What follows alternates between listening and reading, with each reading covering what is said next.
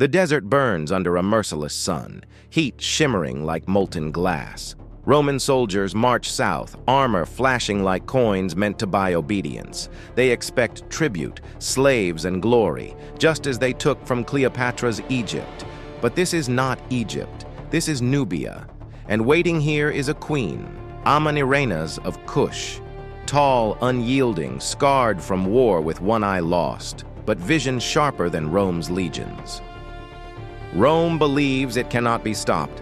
She prepares to bleed that myth dry. Stay with me, because this erased war proves Rome's empire was not invincible. She lost an eye in battle, and still forced Augustus to bow. Year 25 BCE. Rome, drunk with power, has annexed Egypt. Augustus's governors look south to Kush. Rich lands, trade routes, more taxes for their emperor's coffers. Roman legions march, burning villages, dragging families into chains. They're thinking this is just going to be another easy win, you know?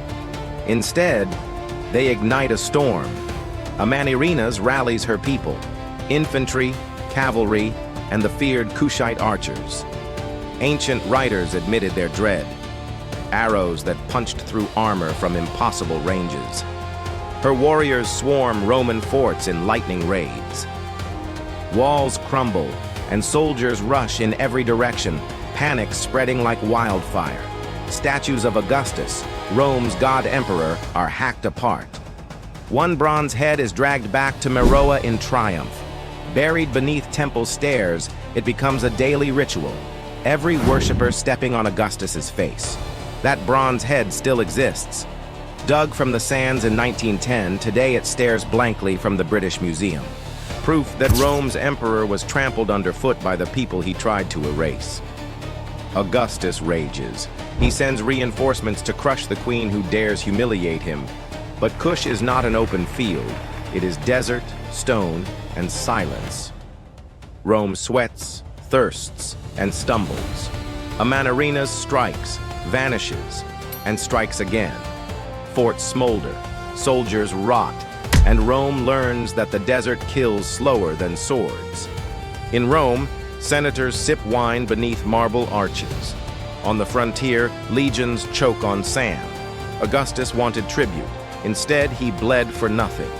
She lost an eye in battle, and still forced Augustus to bow. Who was Amanirenas, the woman Rome could not bend? She ruled as Candace, a title for warrior queens of Kush. These queens weren't symbols. They commanded armies, judged disputes, and signed treaties. In Kush, women wielded authority Rome would have laughed at, until they bled for underestimating it. Amanirenas was no exception. She was its embodiment. When Augustus's governor Petronius advanced, she didn't retreat behind walls. She rode into battle herself, scarred, one eye gone, but unflinching. Imagine her chariot slicing through desert winds, banners snapping above 1,000 warriors. Her troops struck hard. Roman forts burned, outposts collapsed, captives were marched away. For a moment, it looked as though Nubia might swallow Rome's frontier whole. But Rome struck back with fire. Petronius marched deeper, iron discipline against shifting sand. He reached Napata, the ancient capital of Kush. The city burned. Smoke curled into the sky, blotting out centuries of royal memory. But Amanirenas did not break. She retreated south, regrouping her warriors, waiting for Rome to overextend.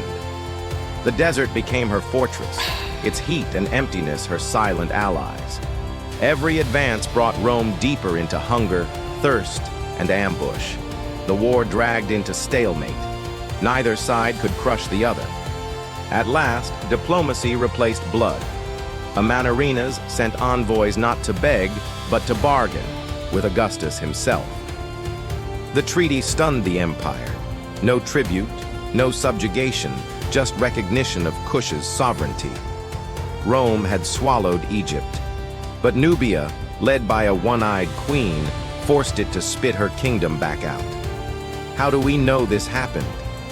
Rome did not sing of defeats, but silence leaves cracks, and history seeps through. Strabo, Rome's geographer, wrote of the Nubian campaign. fierce battles, stubborn resistance. He described cities burned, yes, but also a people Rome could not break. He mentioned a queen of the Ethiopians, unnamed.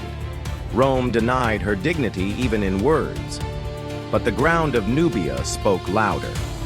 Archaeologists unearthed the bronze head of Augustus at Meroe, buried beneath a temple stairway. For centuries, worshippers stepped on Rome's emperor every time they entered. Today, that head sits in the British Museum, eyes downcast, lips silent, a trophy turned humiliation. Nubian inscriptions name their queens as Kandakes, rulers in their own right, scarred by war. Oral traditions in Sudan still whisper of a one-eyed queen who defied empire. Even the Bible, in Acts of the Apostles, speaks of a Candace, queen of the Ethiopians, echo of the same lineage. Strabo's reluctance, the buried bronze, the inscriptions, the whispers, they converge on Amanirenas. She was real, she was formidable, and she forced Rome to negotiate. Augustus celebrated every triumph in marble arches and golden coins. But for this war, no monument rose, no songs endured. Rome preferred silence. Silence is its own confession. Archaeology cracked that silence open. Amanirenas' defiance lives not in Roman pride, but in fragments, artifacts, and memory. She survives where Rome tried to erase her. Picture Augustus in Rome, cloaked in purple, crowned with laurel, adored as a living god. Senators flatter him with polished speeches, sculptors carve him in flawless marble. The empire boasts of peace, Pax Romana, as if conquest were harmony. To Romans, the world is theirs. But in Nubia, the story was different. Villages smoldered, yet rebuilt. Fields burned, yet sprouted again. Mothers told children of a queen who lost an eye and gave Rome scars it couldn't show. Rome's victory arches are silent about her, but the sand remembers. The bronze head of Augustus remembers. Buried, stepped on, defiled with every prayer. In Rome, gold cups overflowed with wine. In Kush, grain was divided under torchlight, guarded by soldiers who had stared Rome in the face and lived. One empire measured glory in marble. One queen measured it in survival. Augustus would be remembered as a god. Amanirenas was remembered as resistance itself. Rome did not carve her name, but her scar, her story outlived their silence. History calls her one-eyed, but she saw Rome more clearly than Rome saw itself. She lost an eye in battle and still forced Augustus to bow. That truth cut deeper than swords. If Rome itself could retreat, what other stories lie buried beneath empire? Subscribe, because if this was erased, imagine what else we'll uncover.